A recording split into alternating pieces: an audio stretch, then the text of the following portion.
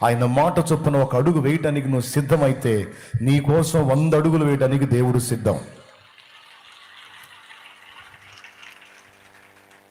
మన జీవితంలో కొన్ని క్లిష్టమైన మలుపుల్లో మనం తీసుకునే నిర్ణయాలు మన భవిష్యత్తుని నిర్ధారిస్తాయి. మళ్ళీ చెప్తున్నాను, నీకు అసలు విషయంకి వస్తున్నాను. మన జీవితంలో కొన్ని కీలకమైన మలుపులు ఉంటాయి. ఆ మలుపుల్లో మనం తీసుకునేటువంటి కొన్ని నిర్ణయాలు మన భవిష్యత్తుని నిర్ధారిస్తాయి. కొన్ని మలుపుల్లో మనం అశ్రద్ధగా ఉన్నా, కొన్ని మలుపుల్లో మనం సరైన నిర్ణయాలు తీసుకోవాలి. సరైన నిర్ణయాలు తీసుకోవాల్సిన టైంలో తీసుకోలేదనుకో, నీకు ఆ టైం రాదు, నీకు ఆ టైం చిక్కదు. అలాంటి కీలకమైన మలుపు అబ్రహాం జీవితంలో 75 ఏళ్ల వయసులో వచ్చింది. మీ ఏడుపులే మా దీవెనలు. సంఘము చాలా చిన్న పరిచర్యగా ఉన్నప్పటి నుంచి నాకు ఈ ఏడుపుల పరంపర స్టార్ట్ అయింది. విమర్శలు, నిందలు, అనుమానాలు, అవమానాలు, దూషణలు, నా మీద దుష్ప్రచారాలు, ఇవన్నీ నాకెంత దీవెన అయినాయంటే, అలా మాట్లాడిన వాళ్ళందరేమో ఇంకా అంతకంతకు అణిగిపోయారు. పాపం వాళ్ళు కష్టపడి చేసినటువంటి వాటన్నిటి ఫలంగా ఆయన అందని కృపలో నన్ను దాచిపెట్టాడు. ఎవ్వరికి అందని కృపలో, అందని కృపలో దాచితివే కృపయే నేటి వరకు. తెలుసుగా మీకు తెలియని పాట. ఆయన ఈ ఏడుపులన్నిటినీ సోపానాలుగా చేసి పైన కూర్చోబెట్టాడు. కాబట్టి ఇంకా కూర్చోబెడతాడు. నేనేం కోరుకోలా, ఆయనే అట్లా తీసుకెళ్ళాను. నాకేం తెలుసు? ఏమండి, ఒకసారి 2 చేతులు ఎత్తి స్తోత్రం చెప్పండి. 2 చేతులు ఎత్తి, రైట్, ఓకేనా? నోరు ఎందుకు లేనిపోయిన దరిద్రం.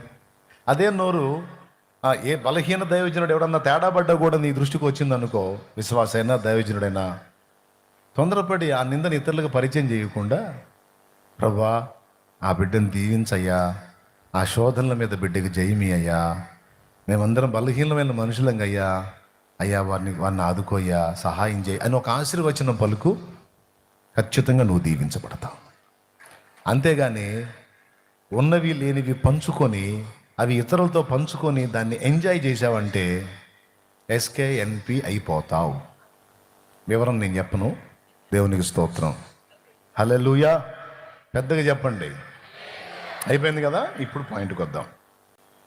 మన జీవితంలో కొన్ని క్లిష్టమైన మలుపుల్లో మనం తీసుకునే నిర్ణయాలు మన భవిష్యత్తుని నిర్ధారిస్తాయి. మళ్ళీ చెప్తున్నాను, నీకు అసలు విషయంకి వస్తున్నాను.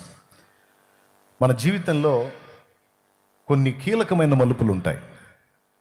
ఆ మలుపుల్లో మనం తీసుకునేటువంటి కొన్ని నిర్ణయాలు మన భవిష్యత్తుని నిర్ధారిస్తాయి. కొన్ని మలుపుల్లో మనం అశ్రద్ధగా ఉన్నా, కొన్ని మలుపుల్లో మనం సరైన నిర్ణయాలు తీసుకోవాలి. సరైన నిర్ణయాలు తీసుకోవాల్సిన టైంలో తీసుకోలేదనుకో, నీకు ఆ టైం రాదు, నీకు ఆ టైం చిక్కదు. అలాంటి కీలకమైన మలుపు అబ్రహాం జీవితంలో 75 ఏళ్ల వయసులో వచ్చింది. ఏమిటి అంటే, ఆ పెద్ద ఆయనతో దేవుడు అంటున్నాడు, నీ వయసు 75 ఏళ్ళని నాకు తెలుసు, అయినా పర్వాలా, నేను నీకు చూపించే దేశానికి వెళ్ళు, నీ స్వదేశాన్ని విడు, నీ తండ్రి ఇంటిని విడు, నీ బంధువులను విడు, వీళ్ళందరినీ విడిచిపెట్టి నువ్వు ఏకాకి అవుతావని నాకు తెలుసు. అయితే నేను నీకు తోడై ఉంటాను. నువ్వు వెళ్ళు, ప్రతి చోటికి నీతో నేను వస్తాను. నిన్ను ఆశీర్వదించి గొప్ప జనంగా చేస్తాడు. గనుక నువ్వు ఆశీర్వాదంగా ఉంటావు. అక్కడ నువ్వు ఆశీర్వదించబడతావు అనలా. అసలు నువ్వు ఆశీర్వదించబడటం కాదు, నీ లైఫే ఇతరులకు ఒక ఆశీర్వాదంగా మారిపోయింది. నువ్వే జనములకు ఒక ఆశీర్వాదం అవుతావు. బా, ఏమి ధన్యత అండి అది. ఎవరికి ఇచ్చాడు ఈ మాట అంటే, సత్యదేవుడెవరు, నిజమైన దేవుడెవరు, సృష్టికర్త ఎవరు, నేను నడుస్తున్నది సత్యమేనా, ఇది సత్యం కాదేమో అని నాకు అనిపిస్తుంది. మరి సత్యవంతుడు ఎవరు, సృష్టికర్త ఎవరు అని సత్యదేవుణ్ణి వెతికిన ఒకనికి ఆయన ప్రత్యక్షమై సంతోషంతో పలికిన వాగ్దానం అది. ఆ వాగ్దానం ఎంత పెద్దదంటే, భూలోకములో ఉన్న సకల వంశములు నీ యందు ఆశీర్వదించబడును అన్నాడు. నీ వంశము ఆశీర్వదించబడటం వేరే సంగతి, కానీ భూలోకంలో ఉన్న సకల వంశాలు నీ యందు ఆశీర్వదించబడతాయి అనేది చిన్న విషయం కాదు, అది అతి పెద్ద వాగ్దానం. మీకు అర్థమైందా? భూలోకంలో సకల వంశాలు నీ ద్వారా ఆశీర్వదించబడతాయి అంటే, తర్వాత చెప్తా. నీకు ఒక కుమారుణ్ణి ఇస్తాను, నీ వంశంలో ఒకరిని పుట్టిస్తాను. ఎవరినో పుట్టియటం కాదు, నేనే పుడతాను. నేను పుట్టడానికి నీ నుంచి జనాంగాన్ని రప్పించి ఆ వంశంలో నేను రావాలని నిర్ణయించుకున్నాను. గనుక నువ్వు ఇక ఈ సత్యాసక్తి లేనోళ్ళు, ఈ అంధకారంలో ఉండటానికి ఇష్టపడేవాళ్ళు, ఈ మూఢులైన వ్యక్తుల దగ్గర నుంచి నువ్వు బయటికి రావాలి. అంధకారంలో ఉండటానికి ఇష్టపడేవాళ్ళు అని నేను ఎందుకు అన్నానంటే, అబ్రహాం కుమారుడు ఇస్సాకు రిబకాను పెళ్లి చేసుకుని ఆ తర్వాత యాకోబుని అన్నాడు. రిబకా అన్న లాబాను. లాబాన్ ఎవరంటే అబ్రహాం సోదరుడి కొడుకే. కానీ గృహదేవతల విషయమై రాహేలుతో లాబాను మాట్లాడిన విషయం మీకు తెలుసు. లాబాను ఇంట యెహోవా ఆరాధన జరగదు, గృహదేవతల ఆరాధన జరుగుతుంది. కాబట్టి అబ్రహాము ఇంటి వాళ్ళ పరిస్థితి ఏంటంటే, వాళ్ళు పూర్తిగా సత్యం ఎరిగిన వాళ్ళు కాదు. అబ్రహాం సత్యం తెలుసుకున్నాడు, ఆ సత్యాన్ని వాళ్ళకు పరిచయం చేయడానికి ప్రయత్నిస్తే వాళ్ళు లక్ష్య పెట్టని వ్యక్తులు. ఆఖరికి వాళ్ళ నాన్న కూడా అంతగా ఈ విషయాలను అంగీకరించినట్టు మనకు కనబడదు, ఈ తెరహు అనే ఆయన. ఎందుకంటే ఆయన పిల్లలు ఉన్నారు కొంతమంది, వాళ్ళందరినీ కూడా యెహోవా వైపు తెరహు తిప్పినట్టు కనపడదు, కానీ అబ్రహాం మాత్రం యెహోవా మాట చొప్పున నడిచినట్టు కనపడింది. ఆయన ఫ్యామిలీ బ్యాక్గ్రౌండ్ మనం లాబాన్ దగ్గర చూస్తే ఈ గృహదేవతలను పూజించేటువంటి అనుభవం అనేది అక్కడ కనపడింది. అంటే దీన్ని బట్టి వాళ్ళు ఏ స్థితిలో ఉన్నారో మనం అంచనా వేయచ్చు.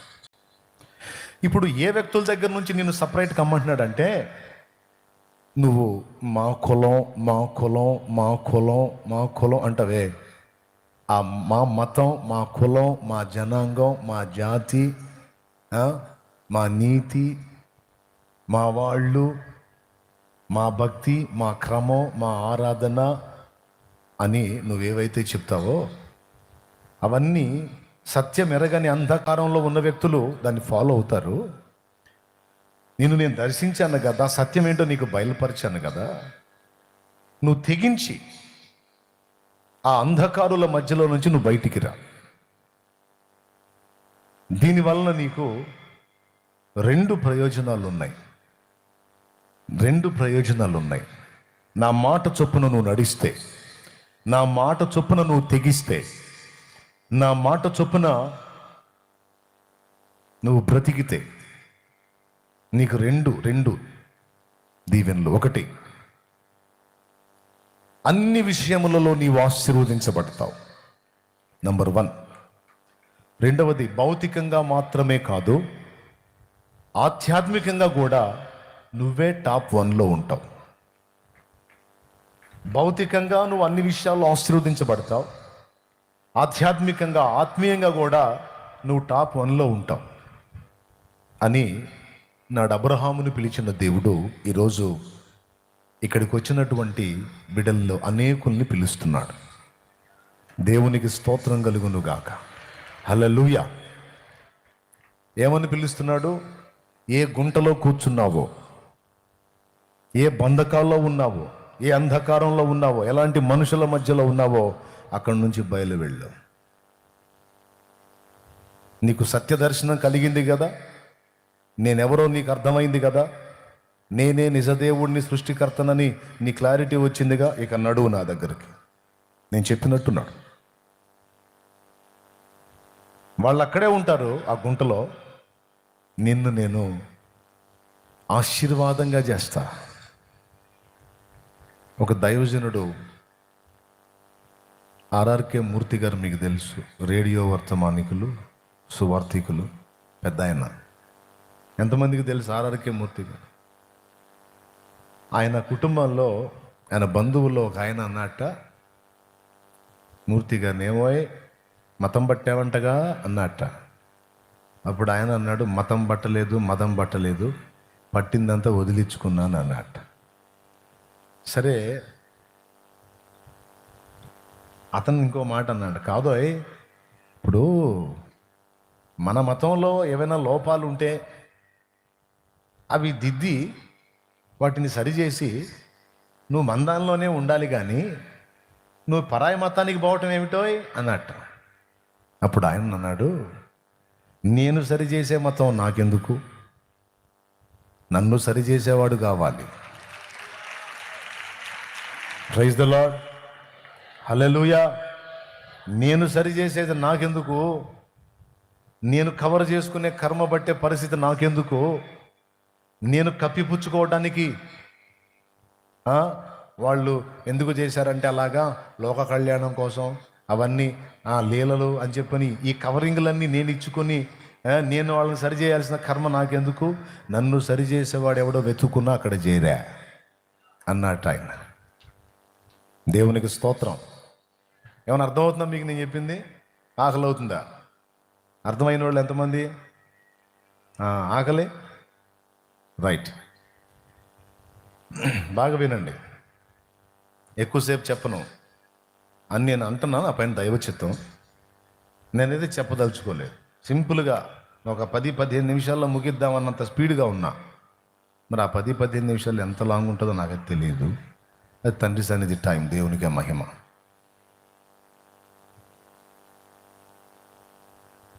నువ్వు ఉన్న ఆ గుంటలో నుంచి బయటికి రా, నువ్వున్న అంధకారంలోంచి బయటికి రా. ఎందుకంటే నువ్వు ప్రత్యేకంగా ఉంటేనే, నువ్వు వేరుపరచబడిన అనుభవంలో ఉంటేనే నేను నీ ఎడల నా కార్యాలు చేస్తాను. లేకపోతే కష్టమైంది, నా మాట వినరా అని పిలిచాడు. ఈరోజు రక్షణానుభవంలోనికి రాని వాళ్ళని రక్షణలోనికి రమ్మని దేవుడు పిలుస్తుంటే, రక్షణానుభవంలోనికి వచ్చి కూడా అంధకారంలో కూర్చున్నారు చూడు, శాపగ్రస్తమైన అనుభవాల్లో కూర్చున్నారు చూడు, చీకటి సంబంధుల మధ్యలోనే కూర్చున్నారు చూడు, వాళ్ళతో కూడా దేవుడు మాట్లాడుతున్నాడు. నేనేమన్నానంటే, మూర్ఖులకు ఈ తరము వారికి వేరై రక్షణ పొందండి అని నిన్ను పిలిస్తే, నువ్వు రక్షణ పొంది పోయి మళ్ళీ ఆ మూర్ఖులకు తరము వారిలోనే కూర్చున్నాయంటే, మీరు వారి నుండి బయలువెడలి ప్రత్యేకముగా ఉండండి అని నిన్ను పిలిస్తే నువ్వు మళ్ళా పోయి వాళ్ళలో కూర్చున్నావేంటి? నేను నిన్ను ఆశీర్వదించున్నట్లు, నేను నిన్ను గొప్ప జనముగా చేయనట్లు, నిన్ను ఆశీర్వదించడమే కాక ఇతరులకు కూడా నీవు ఒక ఆశీర్వాదకరముగా ఉండునట్లు నేను నిన్ను చేయాలంటే నువ్వు ప్రత్యేకింపబడాలి. వేరుపరచబడిన అనుభవంలోనికి నువ్వు రావాలి. అలా నేను సపరేట్ చేసుకున్నాకనే నేను ఏదైనా నీ పట్ల చేయగలుగుతాను. నేను నీ మీద నా చేతులతో పని చేయనట్లు నీవు నా కొరకు ప్రత్యేకింపబడు అనేది దేవుని మొదటి పిలుపు.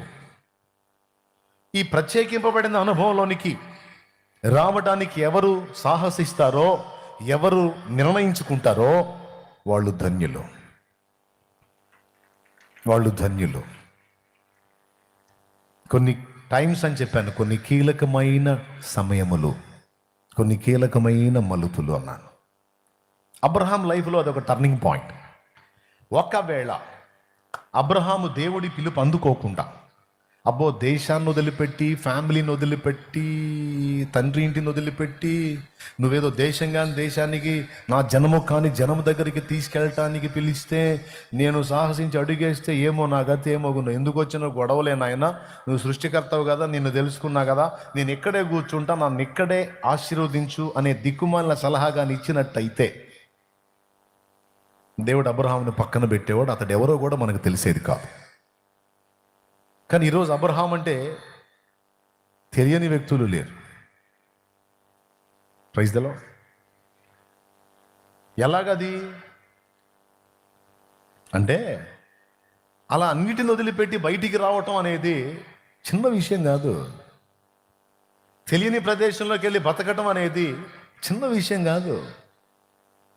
అయినా దేవుడు చెప్పిన మాట చొప్పున తెగించి అడుగులు వేయడానికి నిర్ణయించుకునేటువంటి ఆ మనస్సు అబ్రహాముకు ఉందని దేవుడికి తెలుసు.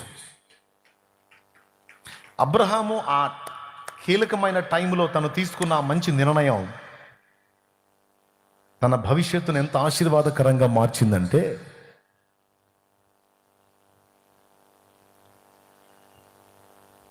లోకరక్షకుడుగా దేవుడు భూమి మీదకి రావాలి అనుకుంటే ఆయన తన మాట చొప్పున నడుచుకోవటానికి నిర్ణయించుకున్న అబ్రహాములో నుండే రావాల్సి వచ్చింది.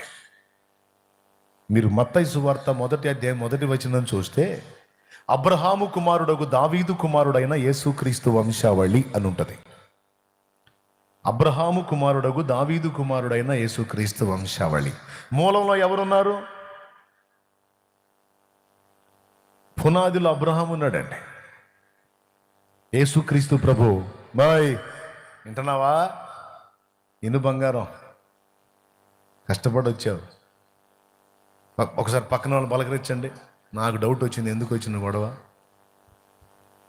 కోటాలను తీసుకొచ్చి సాగు కొడుతున్నావు కదా అనుకోవద్దు. బాగుపడతారు. వినండి, చెప్పే వినండి, తీర్మానం చేయండి. పక్కన వాళ్ళు పలకరించారు, చూశారు వాళ్ళ ముఖాలు. పలకరించ, మీరు ఇంకనూ సజీవులై ఉన్నారా అని అడగండి. దేవునికి స్తోత్రం. కొంతమంది నిర్ణయాలు చేస్తారు, దేవుడిచ్చిన టైం అయిపోయినాక చేస్తారు. కొంతమంది అడుగులు వేయటానికి సాహసం చేస్తామంటారు, ఎప్పుడో తెలుసా? టైం అయిపోయిన తర్వాత. కానీ అబ్రహాం అలాంటోడు కాదు. నాకు తెలిసిందే లేటు, ఇప్పుడన్నా నేను జాగ్రత్తగా అడుగేయాలి, లేకపోతే నేను చాలా లైఫ్ పోగొట్టుకుంటాను అని ఆలోచించుకొని త్వరపడి దేవుని మాట చొప్పున అడుగు వేయడానికి నిర్ణయించుకున్నాడు, తీర్మానించుకున్నాడు, బయలుదేరాడు. బయలుదేరేటప్పుడు వాళ్ళ సహోదరుడి కొడుకు లోతు,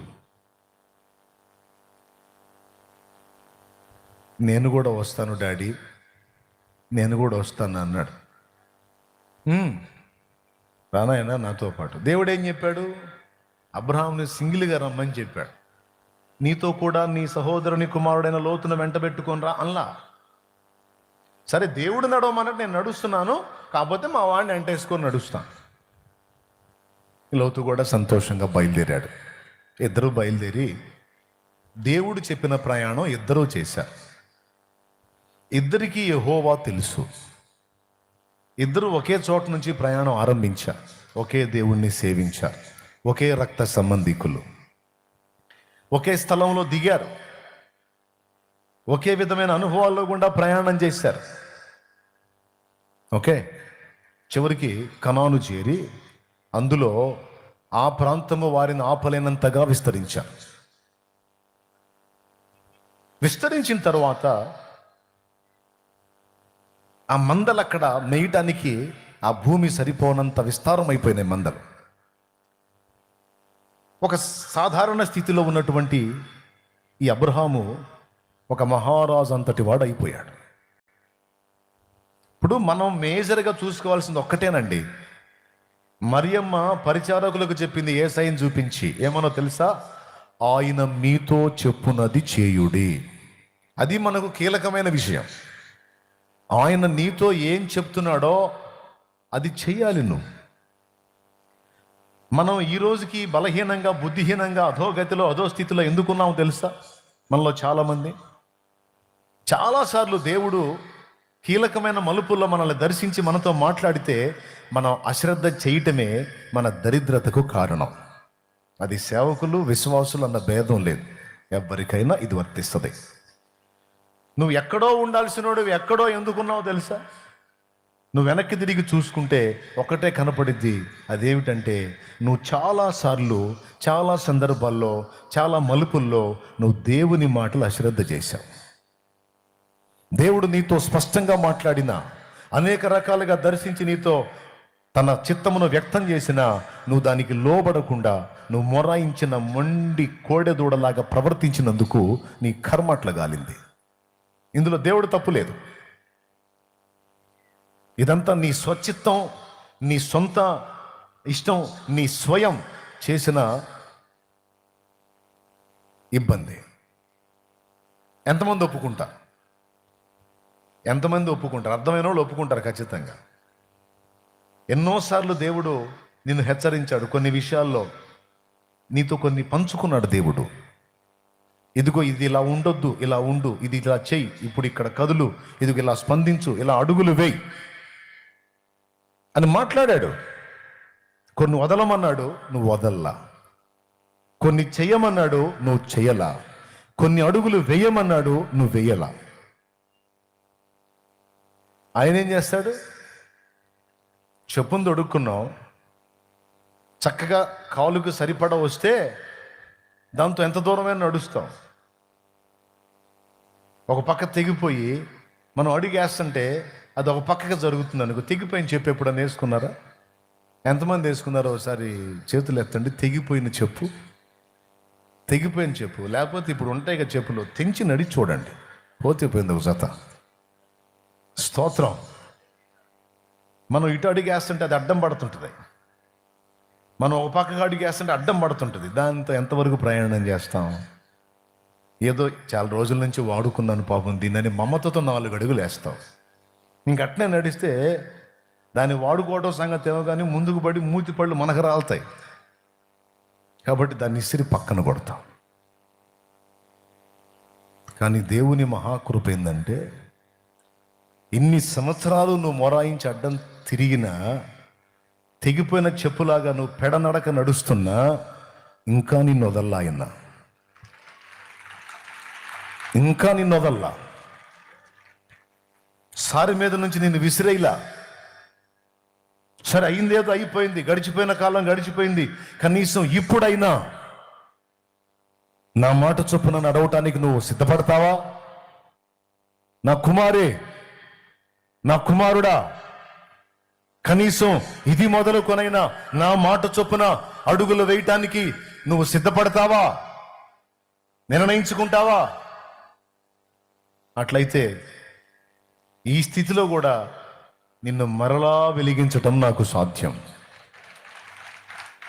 నీ బలమంతా ఉడిగిపోయింది, నేను అనుకున్న కాలమంతా అయిపోయిందని నువ్వు నీరు గారిపోతున్నా ఈ సమయంలో కూడా నేను నిన్ను వాడుకోవడానికి సిద్ధంగా ఉన్నాను. నేను నిన్ను మరలా ఆశీర్వదించడానికి ఈ కూటాలకు నిన్ను తీసుకొని వచ్చాను. నీతో మాట్లాడదామనే తెచ్చాను. మళ్ళొక్కసారి నీ మనోనేత్రాలు వెలిగిద్దామనే తెచ్చాను. మరొకసారి నీ బ్రతుకు, నీ వంకర టింకర ఏందో నీకు చూపించి నువ్వు కనీసం ఈ మారైనా సరి చేసుకొని రూపాంతరం చెందడానికి ఇష్టపడితే నిన్ను మళ్ళా నా చేతుల్లో ఎత్తిపడదామని తీసుకొచ్చాను. మరి నీ నిర్ణయం ఏంది అని నిన్ను పిలిచిన వాడు అడుగుతున్నాడు. నువ్వేం నిర్ణయించుకుంటావు నీ ఇష్టం. ఏదో సాధారణ స్థితిలో ఉన్న లోతుకి ఈరోజు ఆయన కూడా, అబ్రహాం ఒక పెద్ద మహారాజు అయితే లోతు ఒక చిన్న రాజులాగా తయారయ్యాడు. ఈయన పెద్ద రాజు, ఆయన చిన్న రాజు అన్నమాట. తయారైన తర్వాత లోతుకు ఒక ఆలోచన. ఏం ఆలోచన అంటే, పొలంలో మందలు మేస్తున్నప్పుడు అబ్రహాం కాపర్లు లోతు కాపర్లకు అడ్డం తగిలి మేపుతున్నారు అనే కంప్లైంట్ లోతుకు పోయింది. లోతుకి వెళ్ళినప్పుడు లోతు ఏమనాలంటే, ఆయన వల్లే కదరా మనం ఇంత అభివృద్ధి చెందింది, మూలం ఎవర్రా, ఆయనేగా. అలాంటి వాడి మందలకు మనం అడ్డం తగలటం తప్పు కాదంటారా? అంత కాకపోతే ఇంకో ప్రాంతానికి వెళ్దాం ఆయన పర్మిషన్ తీసుకొని. అంతేగాని ఆయన మందలకు అడ్డం తగిలి బుద్ధిహీనంగా మీరు ప్రవర్తించొద్దు.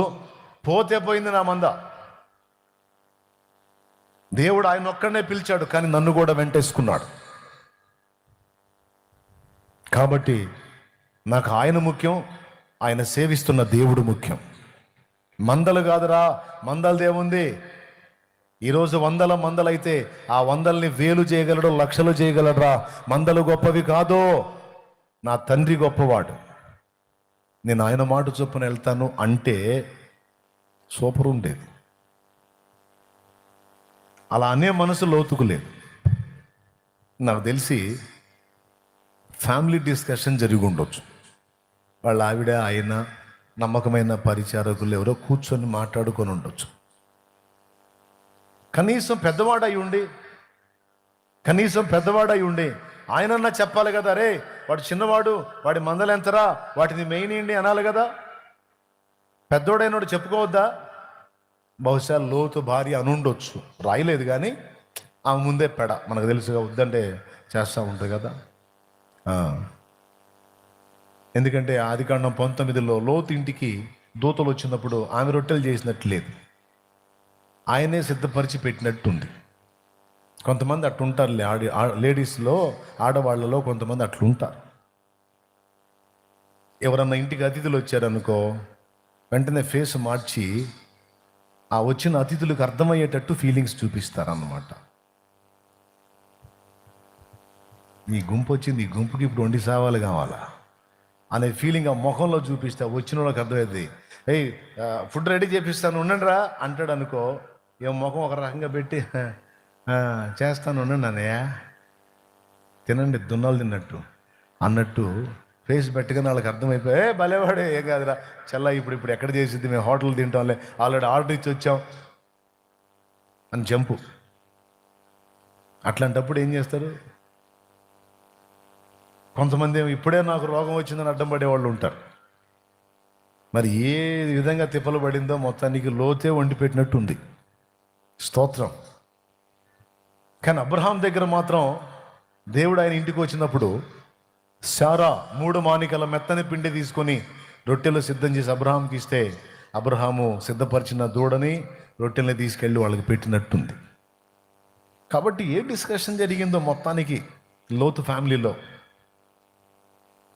లోతు అని ఉండొచ్చు, ఎంతైనా ఆయన పెద్ద ఆయన కదా, మళ్ళీ పిలిచి అడిగితే ఏం చెప్పాలి నేను? పోనీలే తినేయండి, ఏమైంది, నా మందలకి మేత లేకపోతే పర్వాలేదులే అని నేను అంటే ఫ్యామిలీ డిస్కషన్ ఎలా ఉంటుంది? నీకేం, నువ్వు బాగానే అంటావు, పిల్లలు గల్లోళ్ళం, ఆయనకేముంది? అర్థమైందా? మనకిద్దరు ఆడపిల్లలు, వాళ్ళకి భవిష్యత్తు. ఆయనకేముంది? పిల్లా చెల్లా అదంతా ఆ దాసులు తింటమేగా. ఏ కొడుకువేగా, సహోదరుడు కొడుకువేగా, కాస్త తిన్నిస్తే ఏం పోయింది? అడ్డమడ్డం తిరిగి మేపి కుప్పేసుకోవడానికి ట్రై చేస్తున్నాడు. వేసిన కుప్పంతా దాసుల పాలేగా, కొడుకువేగా. ఇటుంటాయి కదా డైలాగులు, ఇదే కదా ఉంటుంది.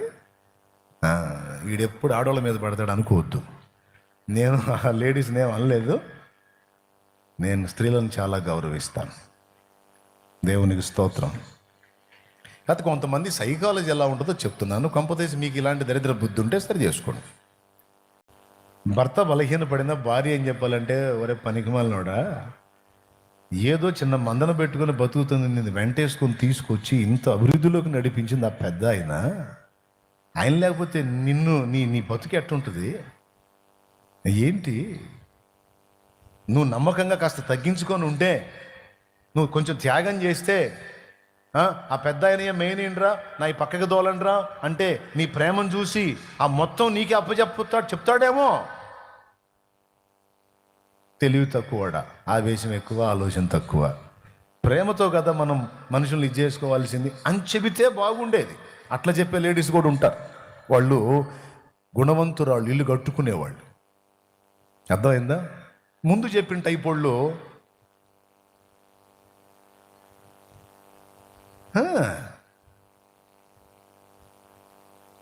ఆయన చెబితే మనం వినేదేంది, ఆయన చెబితే మనం చేసేదేంది, ఆయన ప్రకారం మనం నడిచేదేంది, ఆయనకు మనం ఒంగొంగి లోబడేదేంది, దండాలు దశకాలు పెట్టేదేంది. ఎంతకాలం ఈ బానిస బతుకు, ఎంతకాలం ఈ బానిస బతుకు.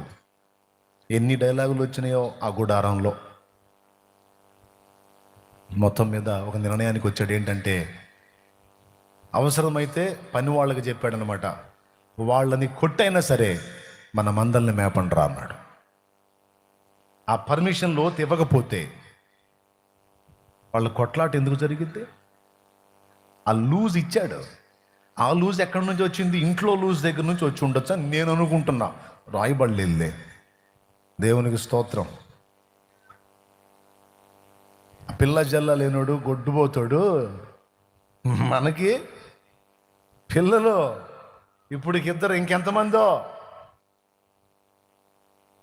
భవిష్యత్తు ప్లాను.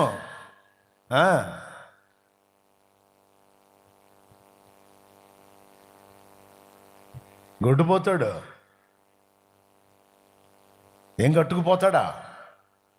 అయింది. ఈ ఈ ఈ కొట్లాట జరుగుతుంది పొలంలో అని పెద్ద ఆయనకి తెలిసింది. తెలిసి లోతును పిలిచాడు. రాయ్యా,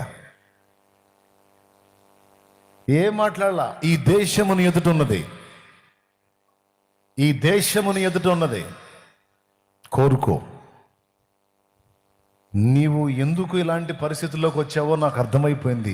నా నుంచి నువ్వు సపరేట్ అవ్వాలనుకుంటున్నావు అని మనసులో అనుకొని, ఈ దేశము నీ ఎదుట ఉన్నది, మనం రక్త సంబంధీకులం, మనం కొట్లాడకూడదు, మనం విభేదించుకోకూడదు. ఎందుకంటే మనం పరదేశం వచ్చాం.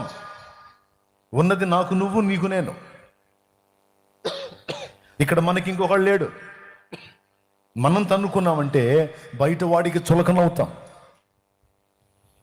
బయట వాళ్ళందరూ వచ్చి మన ఇద్దరిని కలిపి కొడతారు.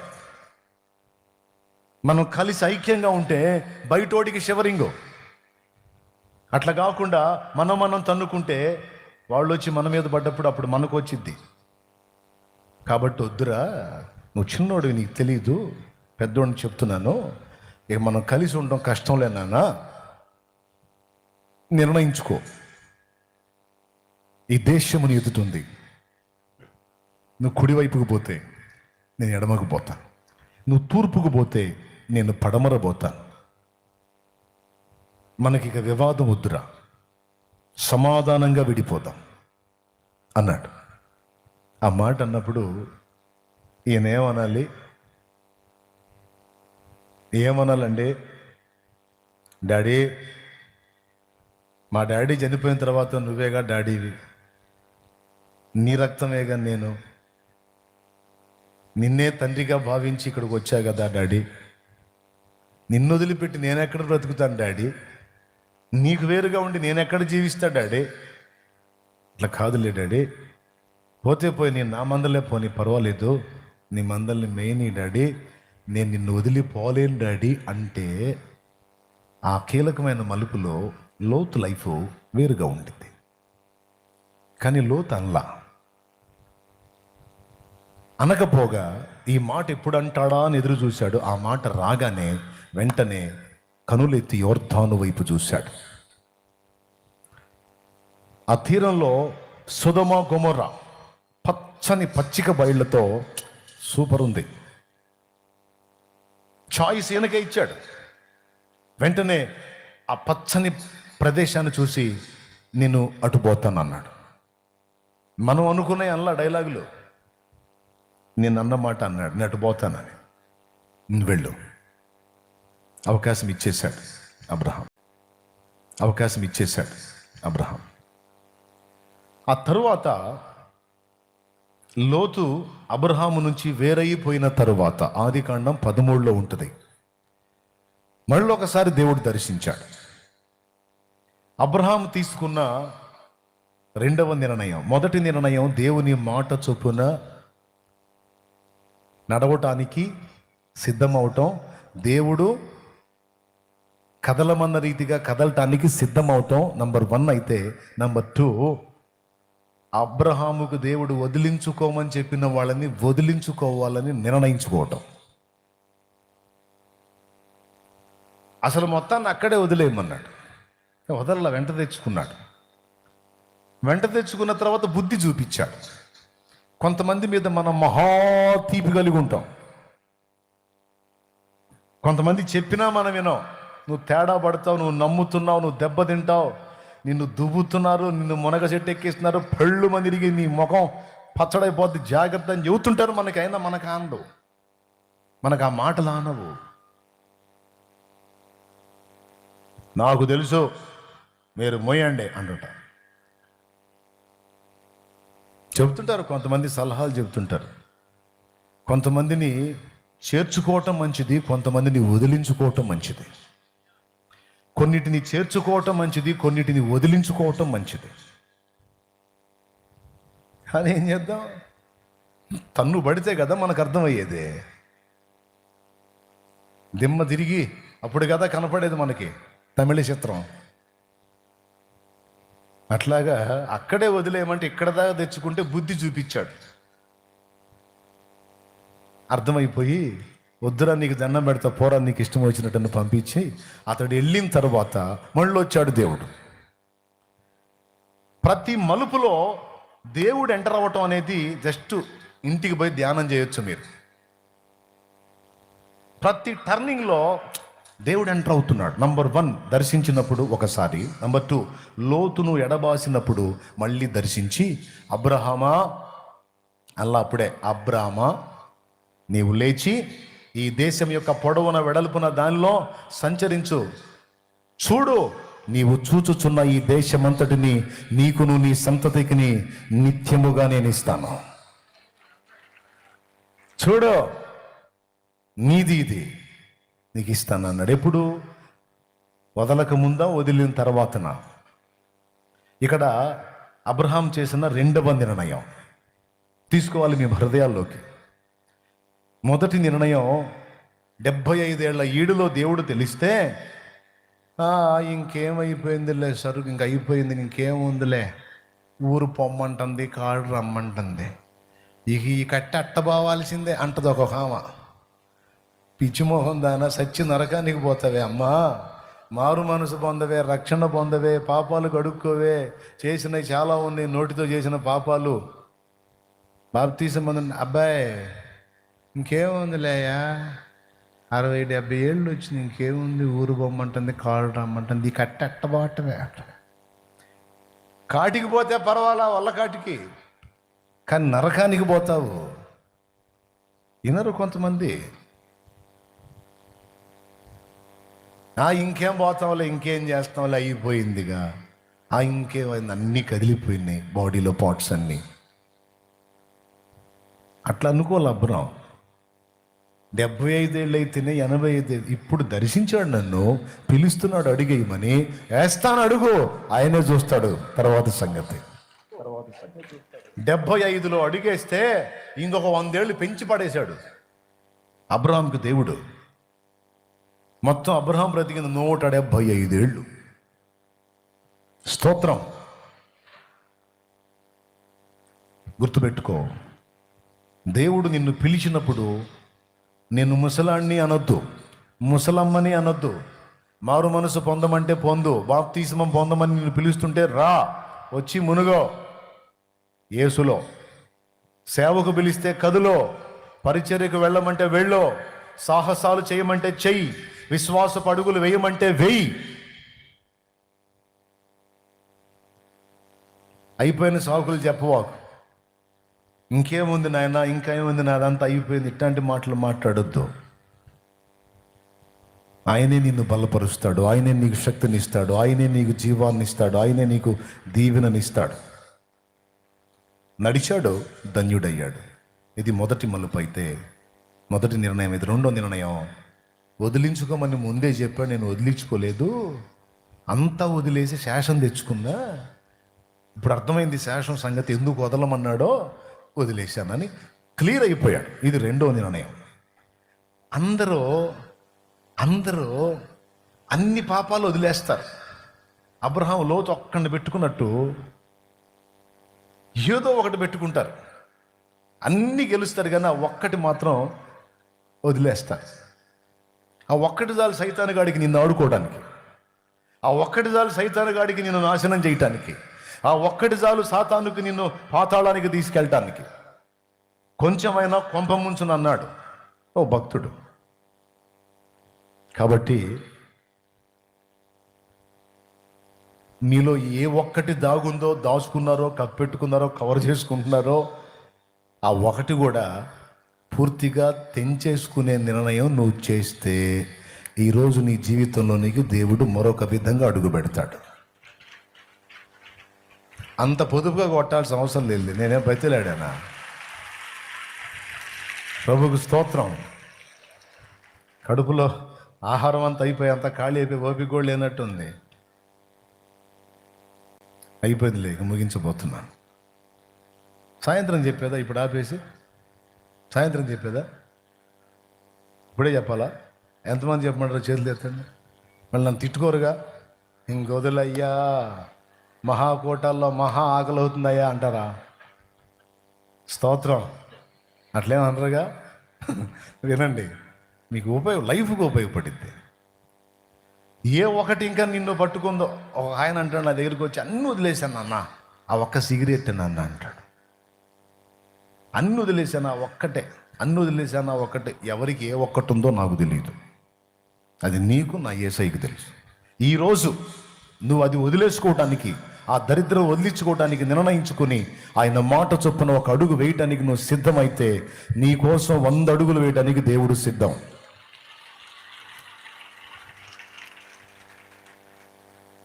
వదిలించుకున్నాక అప్పుడు చూపించడం మొదలుపెట్టాడు. వదిలించుకోకముందు వాగ్దానమే, వదిలించుకున్న తర్వాత చూపించాడు. ఇదిగో చూడు, ఈ దేశం యొక్క పొడవున వెడల్పున దానిలో సంచరించు, నీవు చూచుచున్న దేశమంతటిని నేను నీకు ఇస్తాను. కనాను మొత్తం తిరిగి ఉంటాడు అబ్రాం. ఏమో, కొంత తిరిగాడు, కొంత చూశాడు. తిరిగింది చూసింది మొత్తం ఇచ్చాడు. ఇప్పటికీ అందులో ఉంది ఇశ్రాయేలీలే, అబ్రాహాం సంతతే ఉన్నారు ఇప్పటికి కూడా. ఇది మూడవ నిర్ణయం. సొదొమ రాజు అబ్రహామును ఒక మాట అంటాడు. కొంతమంది 4 రాజులు వచ్చి ఈ సొదొమ, గొమొర్రా, ఆద్మా, జెబోయిము, బెల అనే 5 పట్టణాల మీద దాడి చేసి వీళ్ళని తన్ని, వాళ్ళని, వాళ్ళ భార్య పిల్లల్ని బానిసలుగా పట్టుకొని వాళ్ళకున్న యావదాస్తిని తీసుకొని వెళ్ళిపోతూ ఉంటే అందులో లోతు కూడా పోతుంటాడు.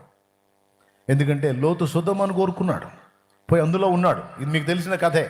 మొత్తాన్ని తీసుకొని ఆ 4 రాజులు వెళ్ళిపోతుంటే ఈ సంగతి అబ్రాహాముకు తెలిసి తన సహోదరుని కుమారుడు చెరపట్టబడ్డాడని విని, అరెరెరెరెరే, ఇక్కడ నేను తప్ప వాడికి ఇంకొకళ్ళు ఎవరూ లేరు, ఇప్పుడు నేను ఎంటర్ అవ్వకపోతే వాడు బలైపోతాడు, నన్ను నమ్మి వచ్చాడు వాడు. చూడండి చూడండి చూడండి, నమ్మకత్వం. నన్ను నమ్మి వచ్చాడు, లేకపోతే ఎవరున్నారో అని వచ్చాడు వాడు ఇక్కడికి. మా డాడీ ఉన్నాడని నన్ను ఆధారం చేసుకొని వచ్చాడుగా వాడు బిడ్డ పాపం. ఇప్పుడు వాడిని తీసుకొని వెళ్తున్నారు ఎట్లా అని ప్రార్థించుకొని 318 మంది వ్యక్తుల్ని సిద్ధపరచుకొని ఒక పథకం ప్రకారం వ్యూహం పన్ని ఆ వ్యూహాన్ని అమలు చేసి 4 రాజుల్ని పిచ్చకొట్టుడు కొట్టాడు. 4 రాజుల్ని 318 మందిని వెంటేసుకొని తన్ని తరమటం అనేది ఒక రికార్డ్. అది 4 రాజుల్లో ఒక్కొక్కటి దగ్గర కనీసం 5,000 సైన్యం, తక్కువ అది 10 ఉంటుంది అనుకో, 5,000 వేసుకుందాం. 4 దగ్గర 4, 5, 20,000ని 318 మందిని పెట్టి కొట్టడం ఏంది? అది అబ్రహాం వ్యూహం, ఐడియాలజీ. ఎట్టగొట్టాడో మనకు తెలియదు, పొయ్యాక అడుగుదాం. మొత్తానికైతే 4 ఉరికిచ్చింది మాత్రం వాస్తవం. ఉరికిచ్చి అది మొత్తం తీసుకొచ్చి వాళ్ళని మళ్ళీ ఇళ్ళకి చేరిస్తే ఆ సొదొమ రాజు అంటాడు, అబ్రహాం గారు మమ్మల్ని కాపాడారు, మా భార్య పిల్లల్ని కాపాడారు, మా పట్టణము సుసంపన్నమైన పట్టణం, మా పట్టణంలో సమృద్ధి ఉంది, కాబట్టి ఆ ధనాన్ని మీరే తీసుకెళ్ళండి, మేము సంపాదించుకుంటాం, నాకు ఈమెయిల్ చేశారు చాలు అంటే ఆయన అన్నాడు, అబ్రహాము ఏంది ధనం నేను తీసుకెళ్ళాలని చెబుతున్నాను, నువ్వు చెబుతున్నావు, తన్నులు తిని డబ్బు నువ్వు మొత్తం కలిసి వెళ్తుంటే నిన్ను నీ డబ్బుని మొత్తం ఇడిపించుకొచ్చింది నేను, అప్పుడు నువ్వు ఆ ధనం మొత్తం ఎవరిది, నువ్వు నాకు ఇచ్చేది ఏందిరా జఫా, నాకు ఇచ్చేదేంది నువ్వు, అబ్రహామును నేనే ధనవంతుని చేసి తినని నీవు ఒక మాటైనా పలకకుండునట్లు, ఒక చెప్పు వారైనా నూలు పోగైనా నేను ముట్టను అన్నాడు. జఫా అంటే ఆయుర్వేద శాస్త్రంలో తెలుసా మీకు, మందారం అని అర్థం. జఫా అంటే మందారానికి ఆయుర్వేదంలో పెట్టిన పేరు జఫా. ఏదేదో తీసుకొచ్చి మాట్లాడతాడు అనుకోవద్దు. హెబ్రీ భాషలో జఫా అంటే అందమైన, దేవునికి స్తోత్రం. కాబట్టి ఏదన్నా తిట్టాల్సి వచ్చినా కూడా అందంగానే తిట్టుతాను, అందుకని చెబుతున్నా. దేవునికి మహిమ.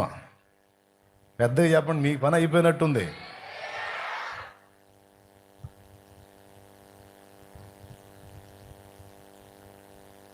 అబ్రహాముని నేనే ధనవంతుని చేసి తినని నీ ఒక్క మాట కూడా చెప్పకూడనట్లు నూలు పోగైనా చెప్పు వారైనా నేను ముట్టను బా అన్నాడు. అది 3వ నిర్ణయం. లోక సంబంధులు ఇచ్చేటువంటి అవకాశాలను అందిపుచ్చుకొని వాళ్లకు దాసోహం అవటానికి కొంతమంది దేవుణ్ణి కూడా పక్కన పెట్టి బెండ్ అవుతారు.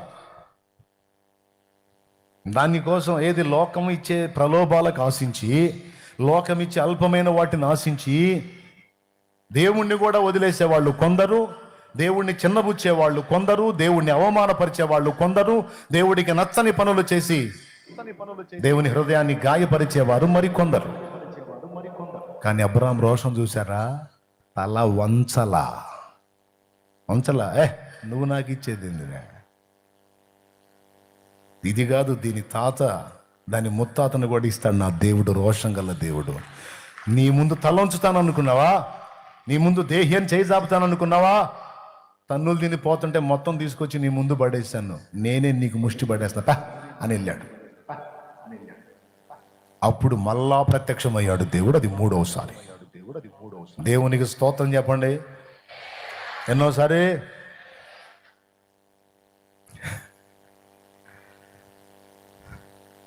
మొదటిసారి దర్శించినప్పుడు, సత్యదేవుణ్ణి వెతికినప్పుడు దేవుడు ప్రత్యక్షమయ్యాడు. 2వసారి వదిలేసినప్పుడు ప్రత్యక్షమయ్యాడు. 3వసారి లోకమును ఆశించకుండా నాకు దేవుడే చాలు, నేను దేవుడినే కలిగి ఉంటాను, దేవుడే ఆస్తి, దేవుడే అంతస్తు, ఆయన ఇస్తే పొందుతా, లేకపోతే అంతే ఉంటా. ఒకడు నన్ను బాగు చేసేది ఏందిరా, ఒకడు నన్ను హెచ్చించేది ఏందిరా, నా దేవుడు ఇవ్వాలే, నా దేవుడు ఎత్తాలి నన్ను, అది తిరుగులేంది అని లోకాన్ని విసర్జించి నాకు దేవుడే చాలు అనుకున్నాడు. చూడు, కీలకమైన నిర్ణయాలు. 14లో ఆ మాట అంటే 15వ అధ్యాయం 1వ వచనంలో ప్రత్యక్షమై, అబ్రామా నేను నీకు కేడము, నీ బహుమానం అత్యధికమగును. తర్వాత 17లో ప్రత్యక్షమై నేను సర్వశక్తి గల దేవుణ్ణి, తేడా పడకుండా నిందారహితుడిగా నడువని మళ్ళీ ఒక ఘట్టంలో చెప్పాడు.